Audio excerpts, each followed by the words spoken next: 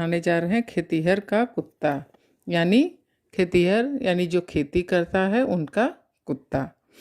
इस पाठ में सूर्यकांत त्रिपाठी निराला जी ने जो किसान हैं उनके बारे में बताया गया है कि उनको एक तो भगवान मारते हैं और दूसरे जो हम उनके जमींदार लोग हैं, पहले ज़माने में क्या होता था कि जो खेती होती थी उसे जमींदार लोग वसूली करते थे या राजा लोग जो वसूली करते थे।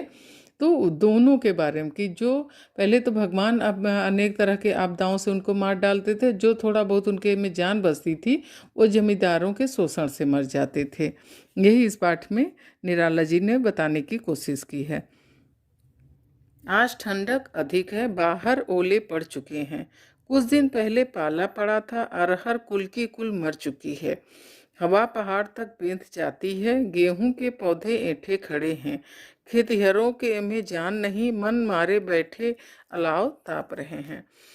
तो यहाँ कह रहा है कि कुछ दिन पहले जब गेहूं की फसल आती है तो उस समय ठंड का मौसम होता है। तो कह रहे हैं आज बहुत ज़्यादा ठंड है और बाहर ओले पड़ रहे हैं। ओले पड़ने के कुछ दिन पहले पाला पड़ा था। पाला यानी भयंकर ठंडी।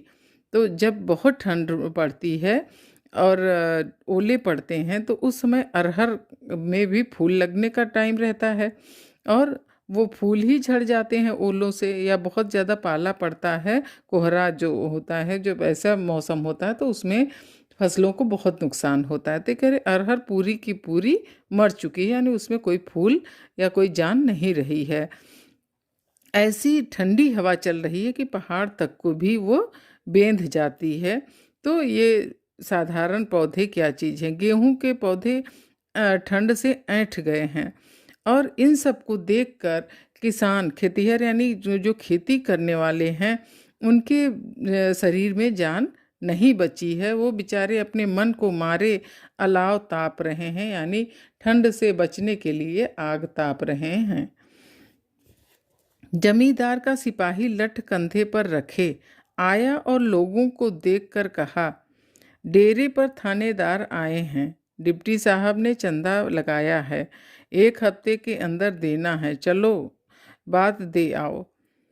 अब एक तो बेचारे अपने फसल के नुकसान होने से आधे मरे पड़े हैं, इतने में ही जमींदार का सिपाही भी वहाँ कंधे पर लठ लिए आता है और कहता है कि आज हमारे डेरे पे यानी घर पर थानेदार साहब आए हैं और उन्होंने डिप्टी साहब ने उनके लिए चंदा मंगवाया है, 1 हफ्ते के अंदर आप लोग चलकर उनको चंदा दे आओ या बात उनको बता दो कि 1 हफ्ते के अंदर आके चंदा दे आएंगे।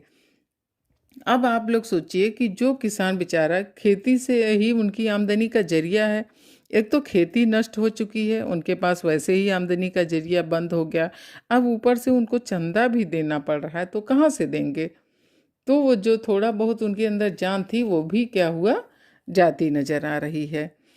अलाव से कुछ दूर हटकर लोगों के साथ कुत्ता खेतिहर का बैठा था। चलते सिपाही को देखकर उठ खड़ा हुआ और भौंकने लगा।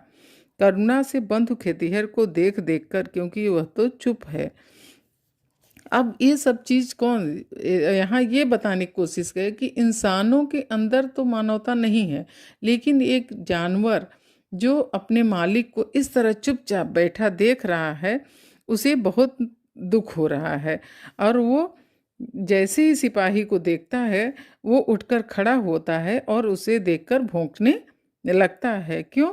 क्योंकि उसका मालिक तो चुपचाप बैठा है और उसे अपने मालिक को देखकर बहुत ही दया आ रही है।